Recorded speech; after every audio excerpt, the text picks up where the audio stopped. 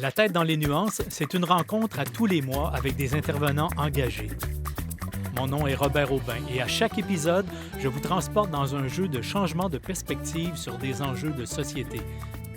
Ce mois-ci, à la tête dans les nuances, on se pose la question suivante. La francophonie peut-elle ou doit-elle être comparée au Commonwealth? Plongeons ensemble, tête première, dans les nuances. Ici Robert Aubin, très heureux de vous accueillir une fois de plus pour cette autre table ronde signée La tête dans les nuances. Le 20 mars de chaque année, on souligne la Journée internationale de la francophonie. En Mauricie, on parle plutôt des Journées de la francophonie, puisque c'est un véritable festival qui s'organise pour la 10e édition. Plus d'une dizaine d'organismes sont réunis pour vous offrir des activités de type artistique, éducative ou culturel. D'ailleurs, je vous invite très fortement à aller consulter la programmation sur Internet et à participer à l'une ou l'autre de ces activités. Il y a comme un petit goût de revenez-y, vous serez là pour la 11e édition, assurément. Mais tout ça n'aurait pas été possible si l'OIF, l'Organisation internationale de la francophonie, n'avait pas vu le jour le 20 mars 1970 à Niamey. Oui, c'est bien ça, au Niger.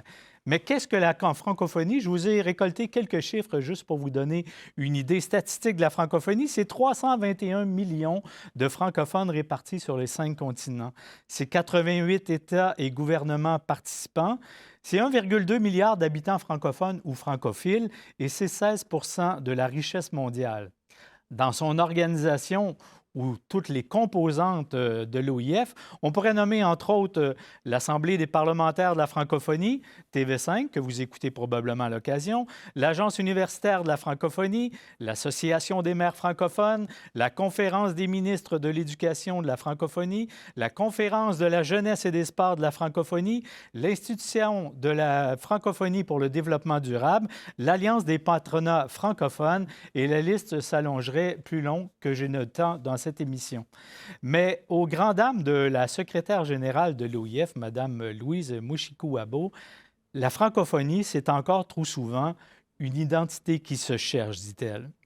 Elle s'est d'ailleurs donné comme mandat, au cours de son premier mandat, justement, beau pléonasme, de faire en sorte que la question qui est « qu'est-ce que la francophonie » disparaisse de nos esprits et qu'on puisse savoir juste en le nommant, ce que c'est. Alors, bien modestement, la tête dans les nuances fait sa participation aujourd'hui et tente de répondre à cette question. Et je dirais, on va aborder la question avec une comparaison qui est peut-être trop souvent utilisée. Est-ce que c'est très, est-ce que c'est trop? Mes invités sauront me le dire, mais est-ce que la francophonie peut être ou doit être comparé au Commonwealth, qu'on connaît peut-être un peu plus. Pour en discuter, on a le plaisir de recevoir sur ce plateau, une fois de plus, des porteurs de nuances. Je vous les présente en vous donnant quelques bribes de leur pedigree, parce que juste faire la nomenclature de leur expérience et de leur expertise, il prendrait toute l'émission. On reçoit d'abord M. Sylvain Benoît. Bonjour, M. Benoît. Bonjour. Il est directeur du Bureau des relations internationales à l'UQTR, impliqué au sein de TREM International, c'est la table régionale en éducation de la Mauricie, et il est, entre autres, le président des Journées de la francophonie en Mauricie depuis la toute première édition. Je rappelle qu'on en est à la 10e. On reçoit également M. Carl Blackburn. Bonjour, M. Blackburn. Il est président Bonjour. et chef de la direction du Conseil du patronat du Québec. Certains le reconnaîtront peut-être et se rappelleront qu'il a été aussi député libéral du Québec de 2003 à 2007. Il représentait la circonscription de Roberval. Il a été ensuite organisateur en chef et directeur général du parti. On lui connaît de nombreuses implications au plan social, notamment auprès de Centraide et de Force Avenir. Et la liste pourrait s'allonger. Et finalement, pour compléter ce trio de feu, on a le plaisir de recevoir M. Michel Audet, qui est professeur associé aux hautes études commerciales de Montréal. C'est un diplomate de carrière. En 2006, il était nommé sous Jean Charest à titre de représentant du gouvernement du Québec à l'UNESCO. En 2011, le secrétaire général de l'OIF, ça va revenir souvent, OIF, Organisation internationale de la francophonie. Donc, le secrétaire général de l'époque, Abdou Diouf, le nomme commissaire général du premier Forum mondial de la langue française qui s'était tenu à Québec l'année suivante. Et en 2019, il devenait le représentant personnel du premier ministre de la francophonie, chargé de mission particulièrement pour l'Afrique.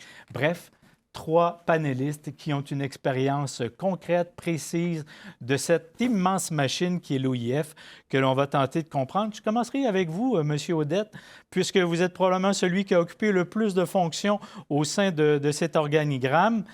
Plus de 50 ans après sa création, quelles conclusions on peut tirer en regard des objectifs de départ qui, je le rappelle, étaient voués à promouvoir le français, à mettre en œuvre une coopération en matière éducative, politique, économique et culturelle auprès des États et gouvernements membres? Est-ce qu'on dit mission accomplie ou bien beaucoup reste à faire?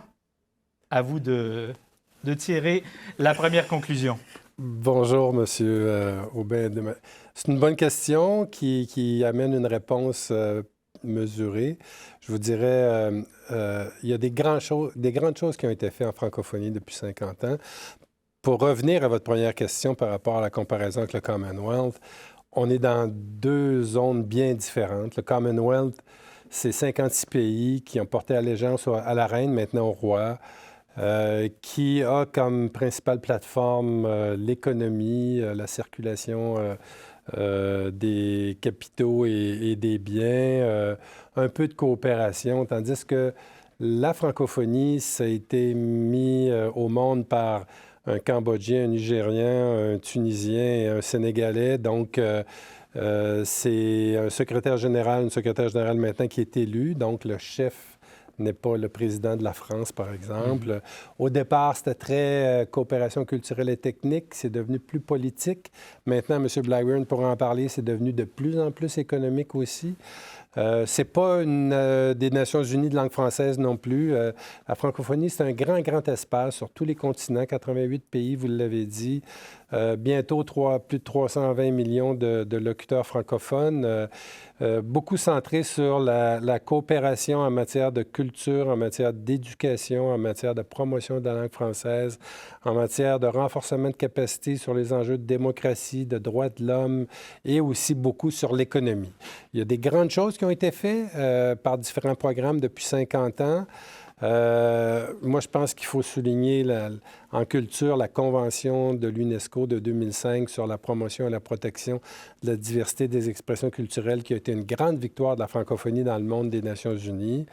Il y a la francophonie économique qui est de plus en plus à l'agenda. Il y a des grandes missions commerciales qui sont organisées, des grands rassemblements, des patronats, des gens d'affaires, des entrepreneurs, des chambres de commerce. On s'aperçoit que pour le Québec, par exemple, pour un certain nombre de pays, la chaîne d'approvisionnement des entreprises qui ont la langue française en commun, c'est quelque chose qu'il faut exploiter davantage. Sur le plan de l'éducation, la secrétaire générale a fait des grands pas sur l'éducation des filles, sur l'entrepreneuriat au féminin, sur tout ce qui s'appelle formation numérique, etc. Bref, il y a des grandes choses qui ont été faites. Il y a des grandes choses à faire. Je pense, entre autres, tout le phénomène politique de la francophonie. Vous savez que les pays du Sahel sont en difficulté. Il y a eu des coups d'État récemment dans des pays comme le Burkina Faso, le Tchad, la Guinée, le Mali, etc. Ce sont des pays francophones importants d'Afrique de l'Ouest, d'Afrique subsaharienne. On essaie de renforcer les capacités en matière de démocratie, de droits de l'homme, d'élections, d'État civil, etc.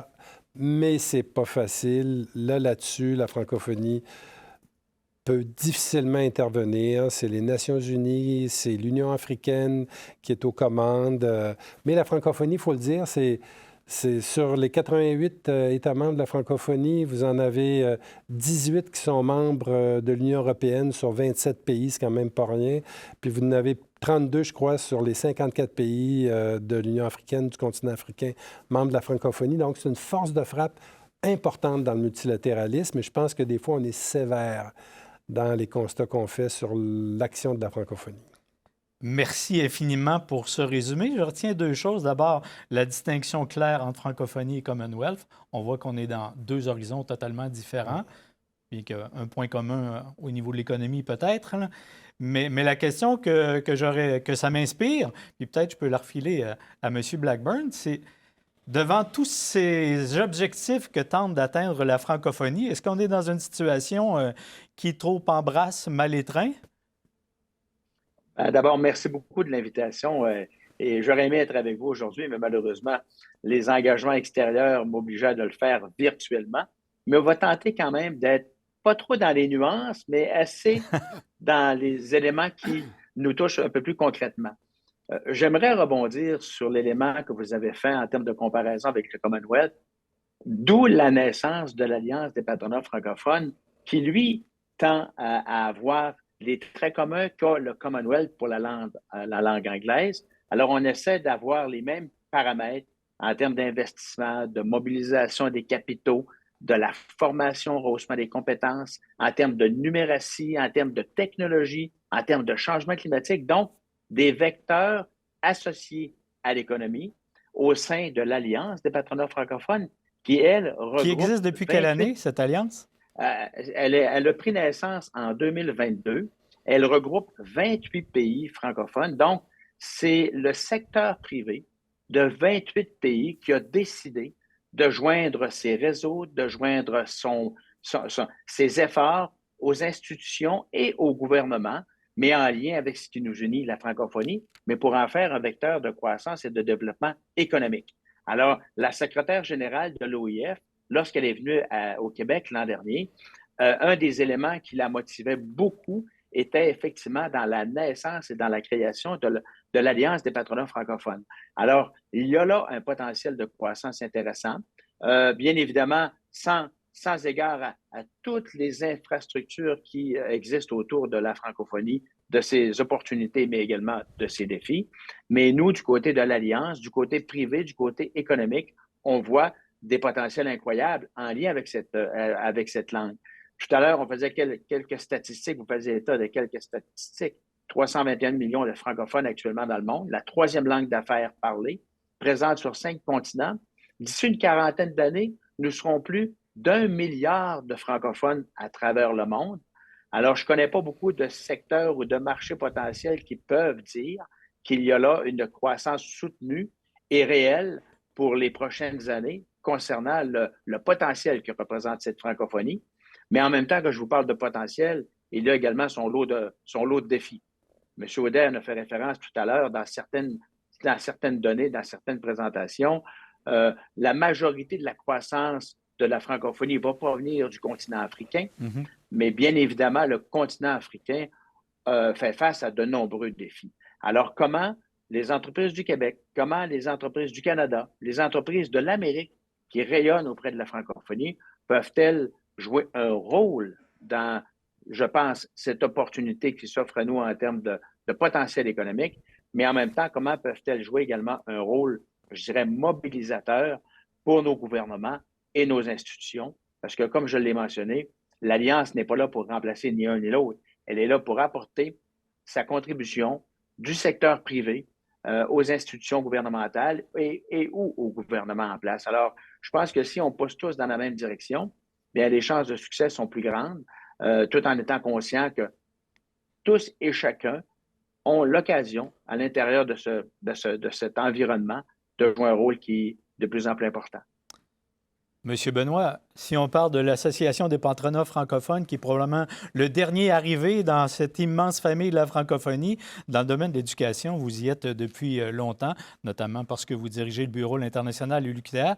Quel constat ou disons, le bulletin du 50e à peu près, quelle note vous donnez à la francophonie ou quelle importance vous y accordez? D'abord, merci beaucoup de l'invitation, Robert. C'est un plaisir. Et les collègues, M. Audet et Blackburn, ont très bien mis la table.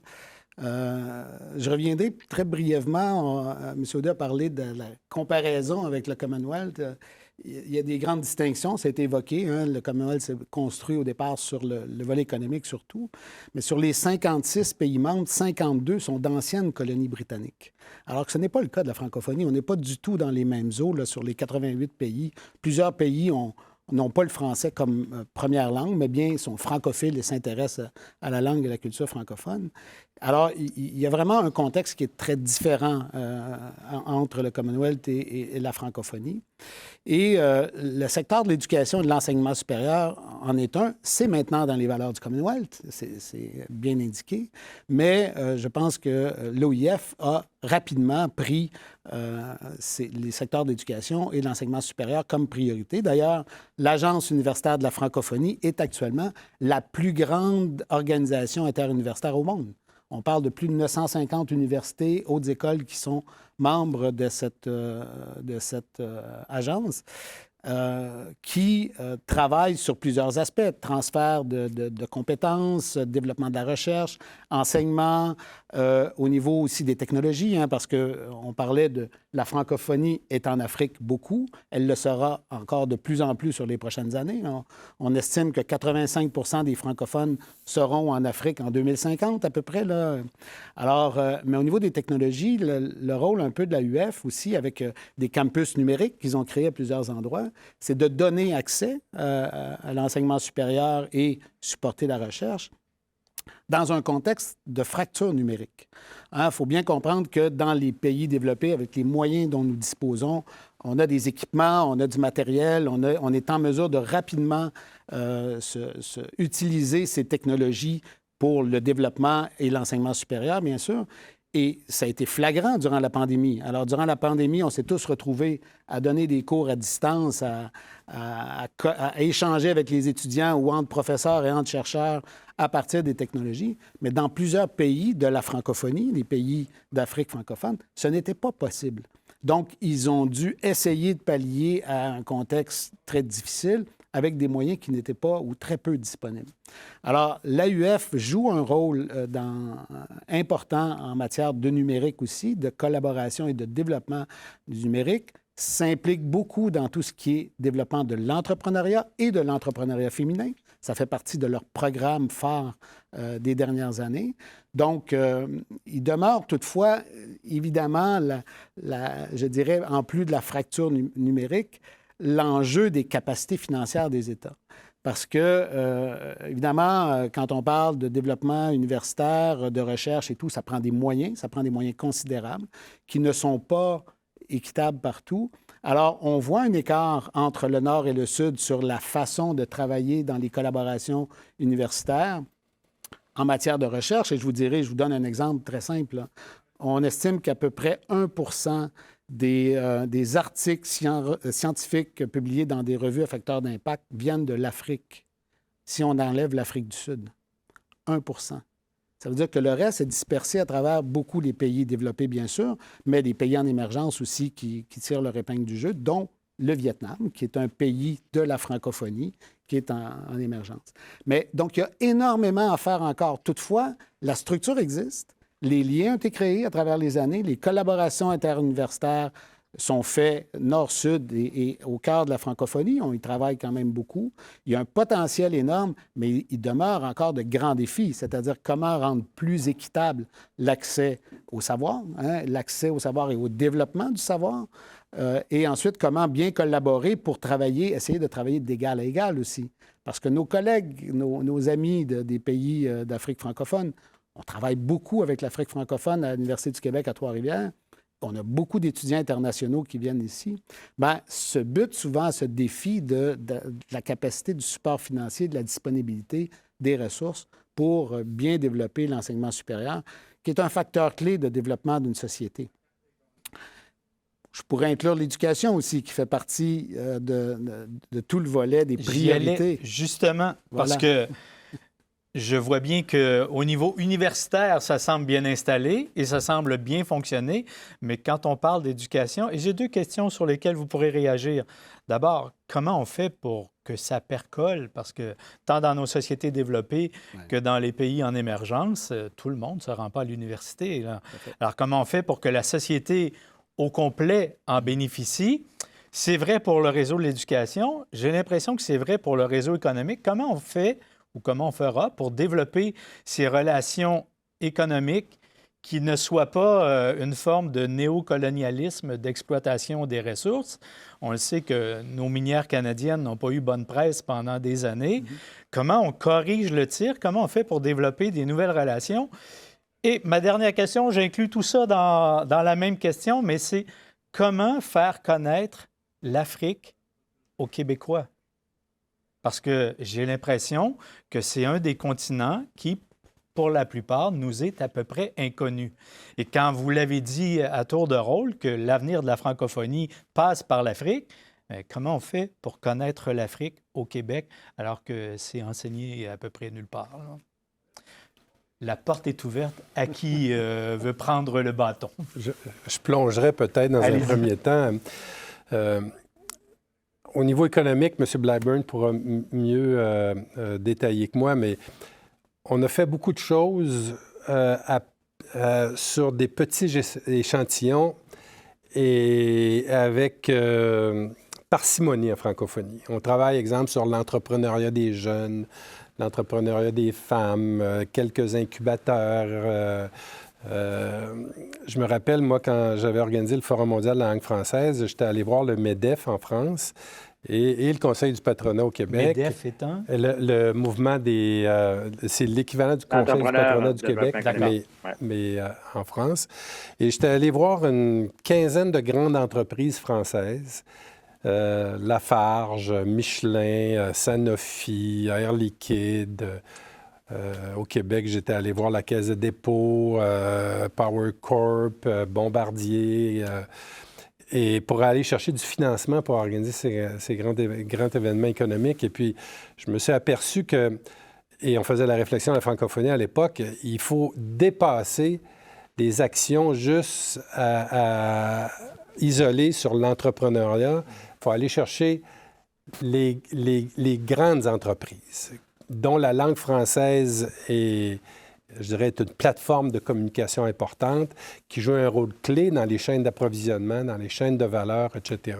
Mais ça fait déjà presque 15 ans de ça, Carl. Et il y avait eu très, très peu d'appétit de la part des grandes entreprises. On avait pris pour acquis la lingua franca du monde des affaires, c'est l'anglais. Même, je me rappelle, il y avait des entreprises dans les jeux vidéo bien connues en France qui me disaient « C'est tannant, le Québec, quand vous arrivez avec la langue française, parce que vous nous obligez à traduire nos directives à l'interne en français.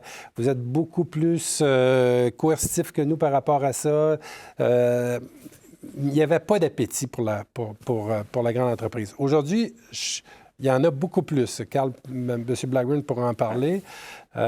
Donc, pour moi, ça, c'est clé par rapport à la francophonie économique. L'autre chose qui est importante, c'est qu'il va falloir qu'on s'attaque aux objectifs du développement durable des Nations unies. Et en Afrique, la semaine dernière, c'est Macky Sall, le président du Sénégal, recevait ses homologues pour parler d'un grand sommet sur les infrastructures en Afrique. La Banque africaine de développement a un grand programme qui s'appelle le PIDA, qui est un programme de développement des infrastructures. Et on s'aperçoit que là, la francophonie, avec les entreprises, avec le tissu économique qu'on va être capable de mettre autour de l'Afrique, il faut aider le continent à développer des infrastructures rigoureuses, pérennes, sur le plan du transport, tout vecteur confondu en transport avec la logistique, sur le plan de l'eau, approvisionnement en eau, mais assainissement de l'eau aussi, etc. Toute la question de l'énergie fondamentale présentement en Afrique. Bref, il y a des chantiers énormes sur lesquels les grands joueurs du Nord vont pouvoir aider les joueurs du Sud pour vraiment passer à une autre étape. Et ça va permettre de développer l'économie en Afrique. Vous savez qu'il y a présentement un grand chantier qui est la ZLECAf, qui est la zone de libre-échange en Afrique. Le siège est à Accra, au Ghana. Avec l'Union africaine, ils essaient de mettre sur pied un grand marché commun africain, qui est vraiment une grande initiative, un peu comme l'Union européenne a fait. Mais pour que cette ZLECAf-là naisse, qu'il y ait une mondialisation qui puisse porter fruit en Afrique, il va falloir que les infrastructures soient présentes pour assurer ça, dans le transport, dans l'énergie, etc., etc. Bref, il y a un grand chantier par rapport à l'Afrique. Et puis là, le Québec peut jouer un rôle, le Canada peut jouer un rôle là-dedans important, que ce soit en renforcement de capacité, que ce soit en financement avec les grands investisseurs institutionnels, etc. Là, il y a quelque chose à faire par rapport à ça. Si je peux me permettre d'ajouter Oui. un élément, messieurs, effectivement, aujourd'hui, avec la perspective que les entreprises et les organisations, quelles qu'elles soient, sur l'ensemble de ces pays francophones. La perspective qui nous unit, c'est vraiment un objectif de collaboration. Et je vous dirais qu'un des grands avantages que le Québec a, si on compare par exemple à la France, c'est le passé colonial que nous n'avons pas avec ces pays d'Afrique. Alors, vous seriez agréablement surpris de constater la façon dont l'ouverture de ces peuples africains est lorsqu'on vient du Québec ou on vient du Canada. Alors ça, c'est vraiment un élément qui est extrêmement important sur lequel on doit miser. L'autre élément sur lequel aussi j'attire votre attention, dans l'organisation de l'Alliance des patronats francophones, comme je vous l'énumérais tout à l'heure, il y a 7 chantiers qui ont été mis sur pied. Comment, à l'intérieur de ces 7 chantiers, avec des orientations ou des objectifs différents, on peut arriver, le secteur économique francophone, le secteur privé, comment on peut arriver à maximiser les échanges, favoriser les relations, accélérer la mobilité de la main-d'œuvre, favoriser la formation et le rehaussement des compétences. Du côté du Conseil du patronat, nous sommes responsables du comité sur la formation et le rehaussement des compétences. L'objectif qu'on poursuit, c'est d'être capable de dégager assez d'espace pour construire le véhicule qui va permettre à l'ensemble des pays francophones, à l'ensemble des secteurs économiques francophones, d'avoir accès à une main-d'œuvre qui aura la formation et les compétences nécessaires en fonction des besoins du marché du travail. Et ça, en soi, c'est un défi extrêmement important parce que, vous le savez bien, on n'est pas tous au même endroit. Le Québec, on est extrêmement avancé, on est extrêmement bien préparé. La France également, dans certains pays africains, c'est un peu plus différent. Donc, on doit partir d'une part de la base. Comment peut-on arriver à s'assurer d'avoir les formations qualifiantes de base, mais également d'avoir cette capacité d'avoir une formation qui, elle, soit continue pour accompagner les besoins du marché du travail. Comme je l'ai mentionné, l'objectif, c'est de créer ce véhicule qui va permettre à un entrepreneur du Djibouti, un entrepreneur du Congo, un entrepreneur de la France ou un entrepreneur du Québec d'avoir accès à une main-d'œuvre qui aura cette reconnaissance des acquis qui lui permettra d'avoir cette mobilité. Alors ça, en soi, c'est un défi important, mais en même temps, c'est un défi qui est potentiellement réalisable. Et peut-être le dernier élément que j'aimerais mentionner, que je n'ai pas eu l'occasion de mentionner dans la première partie, c'est l'objectif qu'on caresse également. Lorsque nous serons l'hôte du 3e rassemblement de l'Alliance des patronats francophones en juin prochain, ici même à Québec, où nous recevrons les patronats, nous recevrons les hommes et les femmes d'affaires de 28 pays francophones.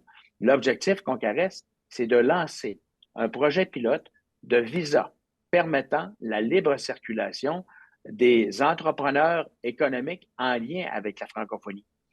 Pour le Québec et le Canada, peut-être que ça peut paraître moins important parce que le passeport que nous avons nous permet de circuler assez librement dans beaucoup de pays. Par contre, pour beaucoup de pays d'Afrique, pour certains pays d'Europe et même d'une certaine partie de l'Asie, l'accès à un visa permettant la libre circulation à des hommes et des femmes d'affaires dans les pays francophones revêt une importance capitale, je dirais, pour renforcer et mobiliser et, je dirais, consolider les liens économiques qui nous unissent comme société francophone. Et juste pour continuer sur ce que M. Blackburn dit, ça fait un bout de temps qu'on essaie d'avoir ça, puis ça fait une quinzaine d'années qu'on a travaillé fort aussi pour que ça s'applique aux artistes. Un visa de mobilité francophone pour les artistes, parce qu'à toutes les fois qu'on essaie de faire venir des artistes de pays du Sud, que ce soit d'Haïti, d'Afrique et même d'Asie, on se bute toujours à ce problème-là des visas. On est obligé souvent d'annuler à la dernière minute des spectacles. On est déçu parce que des grandes vedettes francophones qui viennent d'autres continents ne peuvent pas venir chez nous. Absolument. Sur la question des visas. Donc, il y a une réflexion importante à faire, effectivement, M. Blackburn, sur un visa pour des entrepreneurs, pour des gens d'affaires, pour des artistes, puis aussi pour le monde universitaire, les scientifiques, les professeurs d'université, les étudiants de doctorat, etc. Ouais. On est pris avec ce problème-là important en francophonie. Moi, je rebondirais un peu. C'est vraiment intéressant. Ça amène plein d'idées. Bon, évidemment, je suis dans le milieu universitaire et ça me tient à cœur. Donc, l'enseignement supérieur, l'éducation, c'est fondamental. Mais le développement économique va être essentiel. Et c'est très, très clair. C'est assez nouveau dans le discours de l'Organisation internationale de la francophonie. Il y a 5-6 ans, là, la francophonie économique. Ça ne veut pas dire qu'il n'y avait pas d'éléments économiques dans les échanges et la francophonie avant, mais là, c'est comme si on a mis au cœur un peu du développement ce volet-là. Puis, il faut être très conscient que c'est absolument fondamental. M. Audet a fait un bon étalage des besoins qu'il y a actuellement pour le développement en Afrique. Non seulement le développement économique, mais le développement humain, parce que le développement économique amène aussi le développement humain directement. C'est que maintenant, les jeunes des pays de l'Afrique francophone, et nous, on va sur le terrain régulièrement, on les rencontre dans les universités, etc., ils nous disent, mais nous, la francophonie, qu'est-ce que ça nous a apporté vraiment? Quand on se compare aux pays du Commonwealth africain qui sont plus développés en moyenne que les pays de la francophonie, beaucoup des jeunes questionnent le rôle de la francophonie. Qu'est-ce que ça a vraiment... Eux la font, la comparaison, même si on ne veut pas la faire. Tout à fait. Vous avez eu des manifestations récentes, d'ailleurs, au Sénégal, qui étaient, un peu en opposition au présidentiel, mais le but des jeunes disait, nous, basta, on a assez d'avoir ce modèle qu'on nous impose avec la relation avec la France et la francophonie, alors qu'on voit que dans des pays limitrophes, le développement économique a été plus important dans les pays du Commonwealth. Bon, on pourra en débattre longtemps, mais ce discours-là vient maintenant des jeunes. On voit des étudiants, des ressortissants de différents pays de la francophonie traditionnelle qui vont choisir les universités anglophones, qui vont préférer s'en aller dans le monde anglo-saxon parce qu'ils disent, au niveau du développement économique, j'ai plus d'opportunités sur ces pistes-là et sur ce territoire-là. Bon, je parlais tout à l'heure du Vietnam. La francophonie au Vietnam est en train de diminuer très, très rapidement. Mais regardez le Liban, qui est un pays encore plus francophone que le Vietnam, si vous voulez. Et les jeunes, encore, c'est la même chose. Mm-hmm. On voit une régression là, de l'intérêt envers la francophonie parce que dans le discours, il y a notamment le fait, mais qu'est-ce qu'on a reçu, nous, de ces échanges-là? Qu'est-ce qu'il reste maintenant pour notre développement et notre épanouissement? Donc, la question doit se poser, puis on doit vraiment réfléchir à comment supporter le développement économique, comment le réseau de l'OIF, comment on peut aider à ce développement de façon structurelle et solide, parce que, oui, l'entrepreneuriat des jeunes, les aider, c'est bien, mais ça va prendre des grands donneurs d'ordre, ça va prendre des entreprises qui s'investissent dans les pays et qui s'implantent solidement. Et je reviendrai sur ce que M. Blackburn disait, que la formation, toutes les filières, là, moi, je parlais de l'universitaire, mais le technique est extrêmement important, le professionnel aussi. Et on doit amener ou accompagner certains des pays en développement et en émergence à consolider leur formation professionnelle et technique pour que des entreprises puissent s'installer et être pérennes sur les territoires. Mais quand je vous entends parler de ce nouveau volet qui est la francophonie économique, vous en parlez beaucoup avec des verbes au futur, pour des choses qui s'en viennent à court ou à moyen terme, mais c'est quand même demain. Alors que sur le terrain, en Afrique, ce qu'on peut observer, c'est que la Chine, elle, est déjà très bien installée dans un modèle plutôt colonial où on propose des infrastructures et on repart avec les ressources, mais ça fait que... Est-ce qu'on est déjà une longueur en arrière? Est-ce qu'il est déjà trop tard?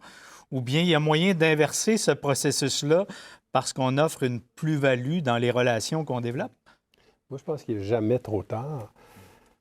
La Chine a été avant-gardiste. Ils ont lu, de toute façon, avec leur fameux grand projet des routes de la soie, de pouvoir connecter à peu près la moitié de la planète, l'Afrique était dans leur collimateur. Ils ont mis les pieds là parce qu'il n'y a pas grand monde qui voulait mettre les pieds là. Et c'est les Chinois qui ont permis à des pays de sortir de la misère en construisant des routes, en construisant des hôpitaux, en construisant des aéroports, en construisant des ports, etc., etc. Mais les Chinois avaient un modèle de coopération, vous l'avez dit, où est-ce qu'on débarque avec des employés chinois. On ne parle pas la langue du pays. On se tient entre nous, on ne fait pas de transfert de technologie, on ne crée pas de partenariat non plus, puis on retourne quand c'est terminé, ou à peu près. Dans les tournées qu'on a fait en Afrique pour travailler la stratégie Afrique du gouvernement du Québec, il y a plusieurs acteurs qui nous ont dit, bien, on aimerait ça changer de modèle, là. Les Chinois sont là, d'accord, mais on aimerait ça avoir des partenariats avec, exemple, le Québec, avec le Canada, avec la France peut-être sur une autre base que celle qu'on a toujours eue, etc. Et moi, je pense qu'il faut saisir cet appel-là, d'autant plus qu'on s'aperçoit que les infrastructures, des fois aussi, qui ont été mises sur pied par les Chinois, n'ont pas livré à la hauteur des attentes. Il y a des problèmes de pérennité, de qualité dans les infrastructures aussi, etc. Puis, il y a des grandes puissances qui comprennent ça. Là. Les Allemands sont en Afrique, les Français sont en Afrique, les Américains, il vient d'avoir un sommet en 2022, même récemment, États-Unis, Afrique avec l'Union africaine. Les Russes sont de plus en plus présents en Afrique, peut-être pas toujours pour les bonnes raisons que les bons acteurs non plus, ouais. On pourrait y revenir. Les Brésiliens font de la coopération avec les Africains. Les Turcs font de la coopération avec les Africains aussi. Les Anglais, Britanniques en font. Les pays nordiques, etc. Moi, j'attends là, qu'il y ait une vraie stratégie Afrique du Canada, là. Parce que le Canada, c'est quand même l'agence de coopération. L'argent est là. Les milliards de dollars sont là. J'allais poser la question. On ne se voit pas comme Canadien en Afrique, outre dans des missions de casque bleu ou des missions humanitaires, de la paix, mais ouais. dans des missions de coopération ou dans des développements de coopération. On l'a été beaucoup. On l'a été beaucoup, oui. Et de façon exceptionnelle, je dirais, même à une époque. Moi, je considère que le Canada a eu plus d'impact à une certaine époque au niveau international que son réel poids économique ou démographique. Là. Mm-hmm. Parce qu'on avait on était présent sur le territoire africain, il y avait beaucoup de projets de coopération, beaucoup de projets d'entraide. Et là, graduellement, les décisions de certains gouvernements ont fait que ça a fondu comme peau de chagrin. On n'a jamais retrouvé ça. Moi, je suis un de ceux qui travaillait dans les années fastes avec l'Afrique et j'ai vu ça baisser, j'ai vu diminuer les collaborations. Je pense qu'on a perdu là une occasion extraordinaire de positionnement. On était très bien positionnés. Il faut se repositionner dans un nouveau contexte, très clairement. Puis ce qu'a fait la Chine, Michel l'a bien expliqué, est arrivé avec un modèle, mais un modèle qui ne satisfait pas les Chinois, là. Ils sont arrivés avec la main-d'œuvre. Ils n'ont pas laissé de formation sur le territoire. Ils prennent les ressources. Mais ça, je vous dirais, toutes les puissances coloniales l'ont fait dans l'histoire. Mm-hmm. Personne est blanc comme neige sur cet aspect-là. Et il y a toujours eu des intérêts entre je collabore, je coopère, mais en retour, je retire des choses. Donc, ça fait partie de la dynamique concrète. Mais maintenant, les jeunes, on les entend, les pays africains disent non. Nous, on refuse ça. On n'a pas besoin de ça. On veut autre chose que ça. Et peut-être à nous de définir des nouveaux modèles, à travailler. M. Blackburn mentionnait tout à l'heure le capital de sympathie que nous avons, les Québécois, sur le territoire. On n'a pas de passé colonial. Et on a une approche très égalitaire des relations. On n'est pas hiérarchique dans nos liens. Donc ça, ils apprécient beaucoup ce côté qui est très humain, qui est très proche de l'individu. En même temps, on a des choses à offrir, on a des choses à apprendre. Vous avez mentionné tout à l'heure, comment mieux faire connaître l'Afrique aux Québécois. Bien, on a de belles occasions parce qu'on reçoit des immigrants provenant d'Afrique, des étudiants internationaux qui viennent ici. Certains demeurent et s'insèrent dans notre communauté, dans nos entreprises, etc. Bien, il faut les faire rayonner, amener les gens à mieux connaître ça et que nos gouvernements se positionnent sur les territoires avec des projets concrets et qu'on en parle, qu'on diffuse. Pourquoi on le fait, dans quel contexte on le fait? Parce qu'il y a une réalité très, très claire, un mouvement démographique croissant très fort du côté africain. Il y a des jeunes, donc, qui veulent être éduqués, qui veulent avoir accès aux mêmes chances que les autres. Et il y a là une opportunité de partager des valeurs. Les valeurs de démocratie, d'égalité, d'inclusion que nous avons avec eux. Donc, il faut qu'on se repositionne là-dessus. Et ça fait partie aussi, le développement économique aussi en fait partie. Nos entreprises, parce que ce n'est pas seulement l'exportation d'une entreprise, c'est l'exportation de valeurs qui vont aussi avec l'entreprise et de façon de travailler avec les gens. Et à mon avis, ça, c'est très important et on a là des opportunités. Il faut les saisir. Puis, je terminerai juste pour vous donner l'exemple. La Chine, on parlait de comment elle s'est implantée en Afrique avec les grandes rencontres des présidents, etc., les investissements massifs. Ils ont annoncé l'année dernière qu'ils offraient 30 000 bourses aux meilleurs étudiants africains pour les amener se faire former en Chine. qu'est-ce qui se passe après quand ils ont été formés en Chine? Ils ont appris le mandarin, donc ils reviennent et ils sont en lien avec des organisations, des entreprises chinoises. Ils sont en train de créer leur réseau de diplomates africains. Alors nous, qu'est-ce qu'on fait comme Canada-Québec pour se positionner dans ce contexte-là? Merci d'abord pour le rappel historique. C'est vrai que le Canada a brillé certaines années en Afrique. Et dans cette question de relance, ça me pose la question pour M. Blackburn. Est-ce que l'entreprise privée peut y arriver seule ou vraiment les gouvernements doivent se positionner, tant québécois que canadiens?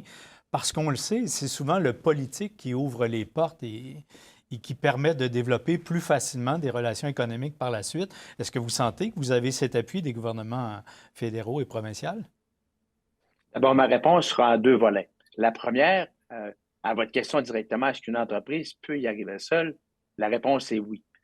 J'ai des exemples de membres du Conseil du patronat du Québec qui font affaire avec des pays de l'Europe ou avec des pays de l'Afrique, qui sont en train actuellement de négocier des contrats pour développer leur expertise, leur expérience, mais qui est en lien avec des besoins ou vice-versa. Donc, la réponse, elle est oui. Mais en même temps, si on veut être capable d'en faire plus, parce que j'entends là, ce qu'on dit sur le plateau par rapport à la Chine, ce qu'on dit par rapport à tous les autres pays qui essaient de se positionner sur le continent africain, bien évidemment qu'on peut en faire plus. D'où la volonté, entre autres, de l'OIF, de l'ensemble des gouvernements, mais je dirais du gouvernement du Canada et du gouvernement du Québec, d'en faire davantage. Lorsque nous étions au sommet de Djerba, le sommet de la francophonie en novembre dernier, il était suivi du Forum économique. Le Forum économique permettait, dans l'environnement de l'Organisation internationale de la francophonie, de parler, d'orienter, de discuter de projets de croissance, de développement économique et même d'investissement. Et là, les chefs d'État étaient présents également, mais aussi accompagnés soit de bras économiques importants des États, ou soit d'organisations économiques, ou même d'hommes et de femmes d'affaires qui accompagnaient cette mission. La volonté des gouvernements, elle est palpable et elle est présente. Maintenant, est-ce qu'on peut en faire encore davantage? Bien évidemment, la réponse est oui. Il y a quand même un élément qu'on doit tenir compte, c'est celui de la distance géographique. Alors, c'est clair que l'Afrique, ce n'est pas la porte d'à côté. Et pour le Québec, entre autres, qui a développé au fur et à mesure de son histoire la capacité et la facilité, j'oserais dire, de faire affaire avec nos voisins du Sud, où près de 70, au-delà de 70 de nos productions, nos échanges commerciaux sont avec les États-Unis, il est clair qu'on doit revoir aussi un modèle qui nous permet de voir un peu plus large. S'il y a un élément intéressant, je dirais, ou positif de la pandémie, c'est probablement celle d'ouvrir davantage à des marchés nouveaux, à des marchés différents, d'une part pour éviter d'être tributaire, malheureusement, d'un État ou d'un marché seulement. Lorsqu'il y a des fermetures, comme on l'a connu à travers la pandémie, bien là, on est d'autant plus fragile par rapport à la suite des choses. Donc, il y a là une volonté, je pense, effectivement, de développer davantage les relations et les partenariats. Quel est le rôle et qu'est-ce que peut faire le Québec à l'intérieur de toute cette francophonie internationale? Vous l'avez bien campé, vous l'aviez bien positionné tout à l'heure dans votre présentation. Nous sommes une goutte de francophones dans un océan d'anglophones dans le territoire de l'Amérique. Alors, le Québec peut certainement, d'une part, être la porte d'entrée de toutes les entreprises qui veulent rayonner auprès du secteur francophone en Amérique, mais également le Québec peut également se servir de ses frontières comme tremplin pour rayonner à travers des entreprises à l'international auprès de la francophonie. Et je reviens à la statistique que nous disions dès le départ, que d'ici une quarantaine d'années, nous serons plus d'1 milliard de francophones à travers le monde. Ça apporte son lot de défis, mais ça apporte également son lot d'opportunités. Alors, oui, on peut faire des affaires sans la présence des gouvernements, mais oui, on peut faire davantage d'affaires avec le support et l'accompagnement des gouvernements, que ce soit pour parler à d'autres États en lien avec l'ouverture sur leur marché d'entreprises étrangères. L'objectif également de s'assurer d'avoir des compétences et des formations avec nos travailleurs, quel que soit l'endroit où ils se trouvent, pour permettre justement de maintenir ces investissements. Alors, il y a là un lot de défis fort intéressants, mais je le vois davantage comme étant des opportunités. Puis on a des exemples concrets là, qui ont donné des résultats. On a des exemples concrets du Québec qui sont bien implantés ici, qui ont bien réussi auprès de pays francophones à développer et à croître dans leur organisation. Et il y en a déjà encore qui continuent de faire ce genre de croissance via ce marché qui est à potentiel exponentiel, si j'oserais dire de cette façon. Oui. Peut-être un mot. On parle beaucoup du potentiel du développement de la francophonie en Afrique. Et évidemment, j'ai l'impression qu'on tient ce discours-là depuis plus d'une décennie. Là. Mais il faut être très, très vigilant, selon moi, parce qu'en Afrique, le français est une langue choisie. Ce n'est pas la langue maternelle. Choisie peut-être moins pour les pays coloniaux, etc. Ça veut dire, si elle est choisie, ils peuvent en choisir une autre. Le Rwanda le fait.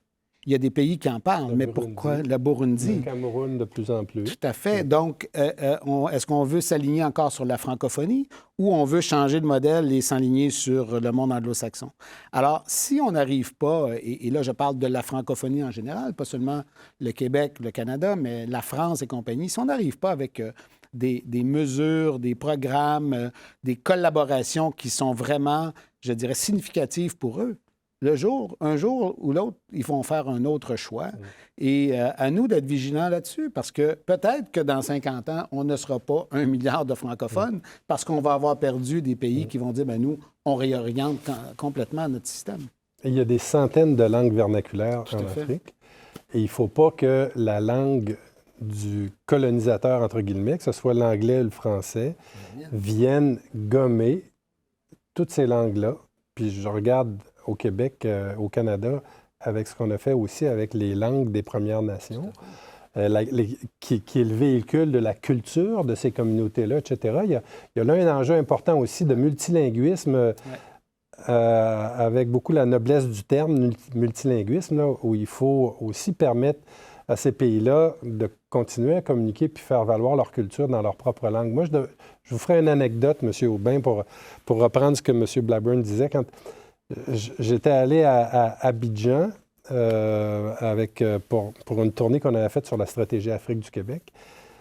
La semaine avant qu'on arrive à Abidjan, on lisait dans les journaux, le président Macron débarquait pour voir son ami, le président Ouattara. Il était accompagné de la haute direction de l'Agence française de développement, l'AFD, donc qui est l'ancienne ACDI qu'on avait au Canada à l'époque. Il y avait une dizaine de PDG des grandes entreprises françaises qui étaient là, dans les infrastructures majeures, etc.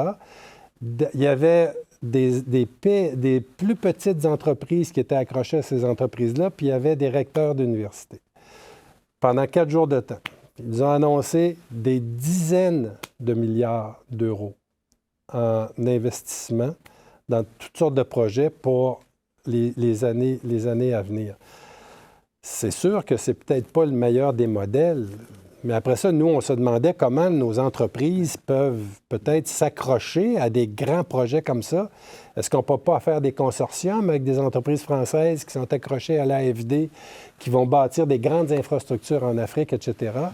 Il y a d'autres pays peut-être qui le font, mais puis je pense au Japon qui avait fait un sommet Afrique-Japon.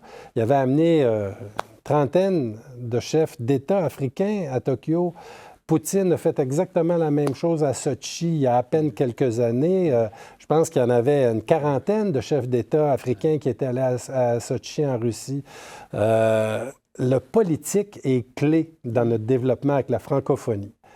Et l'économique et l'éducatif et même le culturel doit s'appuyer sur la locomotive politique aussi pour faire du développement de haut niveau avec la francophonie.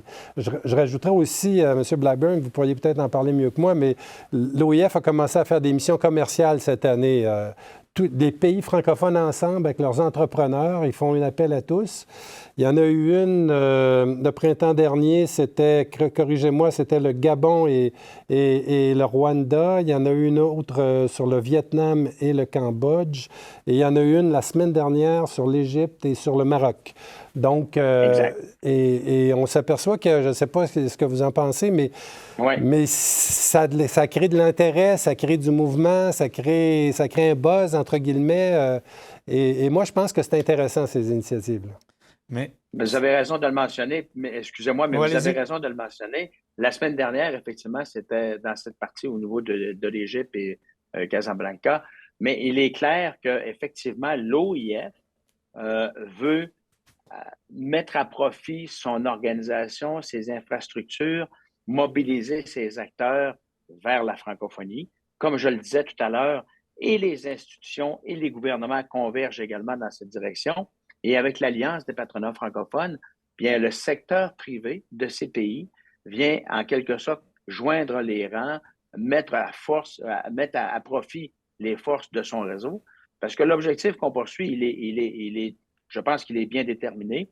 On veut faire de cette langue qui nous unit un élément, un vecteur de croissance économique, mais nonobstant tout cela, bien évidemment, il y a des défis incroyables devant nous. Et c'est clair que si on pense que tout cela va se faire seul, ça ne fonctionnera pas. Il y a bien évidemment la situation géopolitique qui évolue de façon importante, qui a évolué dans les dernières années de façon significative, qu'on ne pouvait peut-être même pas imaginer il y a quelques années. Alors ça vient repositionner, je dirais, de certaine façon, certains alignements qui sont déjà pris par les gouvernements. Il y a certains choix également qui sont faits par rapport à cette situation géopolitique qui anime, je dirais, de façon importante la situation dans le monde par rapport à certains positionnements. Mais il est clair que les organisations, en lien avec ce que nous représentons, ont des éléments d'intérêt sur l'angle de la francophonie économique. Et peut-être en terminant, le français, c'est la deuxième langue d'affaires, c'est la deuxième langue qui est apprise dans le monde. Donc, il y a là, bien évidemment, d'autres données qui sont intéressantes, qui militent dans le soin ou dans le fait qu'on puisse peut-être en faire davantage. Et le Québec est drôlement bien positionné à travers tout cela, avec la capacité de jouer un rôle important sur l'angle de la francophonie, mais également la capacité que nous avons d'être capable de naviguer dans un environnement anglophone également. Donc, le Québec est drôlement bien positionné lorsqu'on regarde devant nous les différentes opportunités en lien avec la situation géopolitique, en lien avec les pays émergents, en lien avec la croissance économique, mais en lien également avec un positionnement linguistique. Messieurs, le temps file à une vitesse folle. Je vous propose 2 questions en tour de table rapide. Ma première, je vous écoute depuis tantôt. De toute évidence, la table de travail est pleine. Il y a encore beaucoup à faire, même si beaucoup a été réalisé depuis la création de l'OIF. Ma première question, c'est est-ce que l'OIF a les moyens de ses ambitions?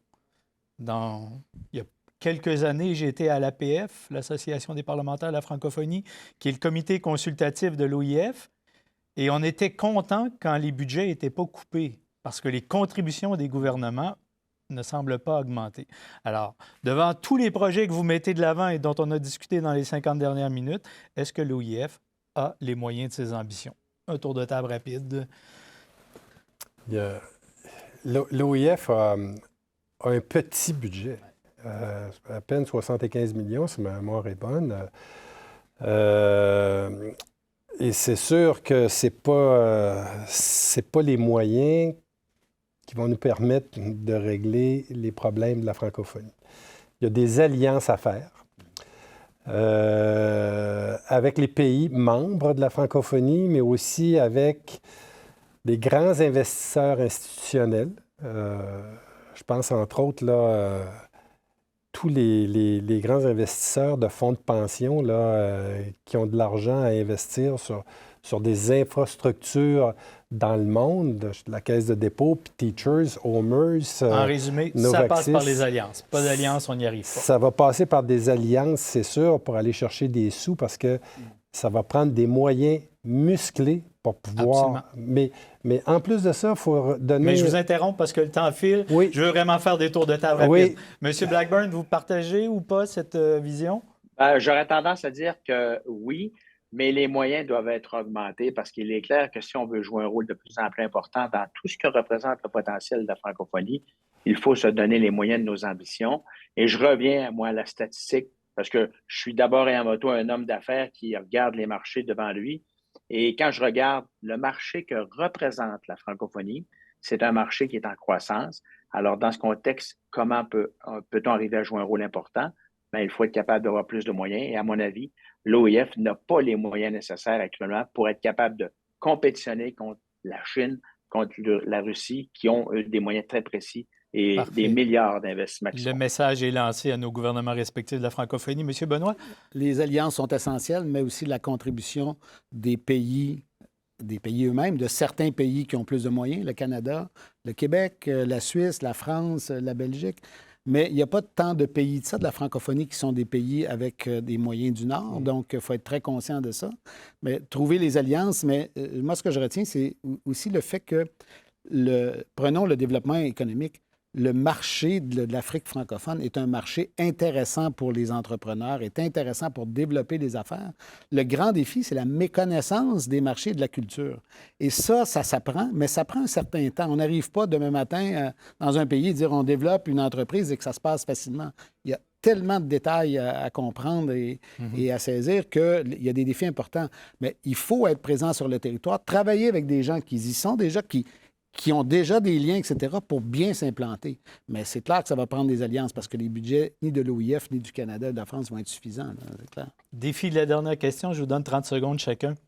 En entrevue, j'ai entendu la secrétaire générale, Louise Mushikiwabo, qui disait qu'au moment de la création de la francophonie, les pères fondateurs ont souhaité faire du beau avec l'héritage colonial. Est-ce mission accomplie? Faire du beau avec l'héritage colonial, toute une question. Mais je pense qu'il y a quand même des intentions intéressantes. Quand je regarde la mission que s'est donnée l'OIF, moi, j'aime beaucoup l'aspect que Michel a mentionné tout à l'heure, la promotion de la langue française, mais des langues et des cultures. Et le respect de ça, pour moi, est absolument fondamental. Il y avait sûrement des intentions un peu coloniales aussi dans la création, comment on peut maintenir les liens et la création de ce réseau-là, mais il y a des valeurs vraiment intéressantes dans l'OIF, et moi, c'est ce qui me plaît. Merci. M. Blackburn, 30 secondes. Bien, je pense qu'on doit s'inspirer de ce qui a été fait pour nous permettre de prendre acte de cela et d'écrire le prochain chapitre de cette longue histoire qui nous unit par rapport à la francophonie. Il y a des choses qui étaient bien, alors gardons-les. Ce qui doit être amélioré, améliorons-le. Et quand je regarde un peu la perception que les gens de l'Afrique, entre autres, ont de ce passé colonial, il n'y a pas seulement que des bons souvenirs. Alors, on doit être capable de regarder ce qui a été fait, mais d'améliorer ce qui peut être changé. Merci. Monsieur Audet? Dans le temps long, la francophonie, c'est juste 50 ans. Dans l'histoire des continents, 50 ans, c'est rien. Donc, et 50 ans, ça correspond à la période des indépendances, ou à peu près, là, dans les Caraïbes et en Afrique. Donc, moi, je me dis... avec les moyens que l'OIF a, avec son histoire, elle a fait des choses intéressantes. Je pense qu'on s'est affranchi, entre guillemets, de la France en francophonie. Il y a beaucoup à faire encore par rapport à ça, mais il faut garder ça sur un temps long. Et puis, pour revenir à votre première question... Très rapidement. La secrétaire générale a décidé de focusser l'action de la francophonie, qui allait beaucoup dans toutes les directions. Le problème, c'est les États membres, mais surtout la société civile qui en veut plus. Et est obligé de dire non à beaucoup d'initiatives intéressantes aussi, manque de moyens, comme disait Sylvain, parce qu'il y a 5 ou 6 pays à peu près qui donnent 75 % du budget. Voilà. Merci, messieurs. C'était un véritable plaisir de vous accueillir sur ce plateau. Je pense qu'on en a appris beaucoup sur la francophonie, sur ses réalisations, mais très certainement sur les défis qui nous attendent pour que nous prenions notre place comme locuteurs francophones dans tous les rayons de la société. Merci infiniment d'avoir été avec nous. Merci de nous avoir séduits. Je permets aussi de remercier aussi notre recherchiste, Christina Monfette-Fortin, qui a réuni ce trio absolument extraordinaire. Merci à Magali Boisvert et à la Gazette de la Mauricie.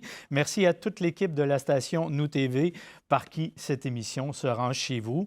Vous avez un commentaire à nous faire, une suggestion de thématique à nous offrir pour les prochaines émissions, vous nous écrivez à info@gazettemauricie.com. C'est avec un plaisir qu'on vous lira et que j'espère on mettra en plan les idées et les sujets dont vous souhaiteriez que nous parlions. On se donne rendez-vous le mois prochain pour une autre table ronde et d'ici là, je vous invite aussi à écouter les tête-à-tête que j'aurai le bonheur de réaliser avec chacun des invités. On se revoit le mois prochain. Merci d'avoir été là.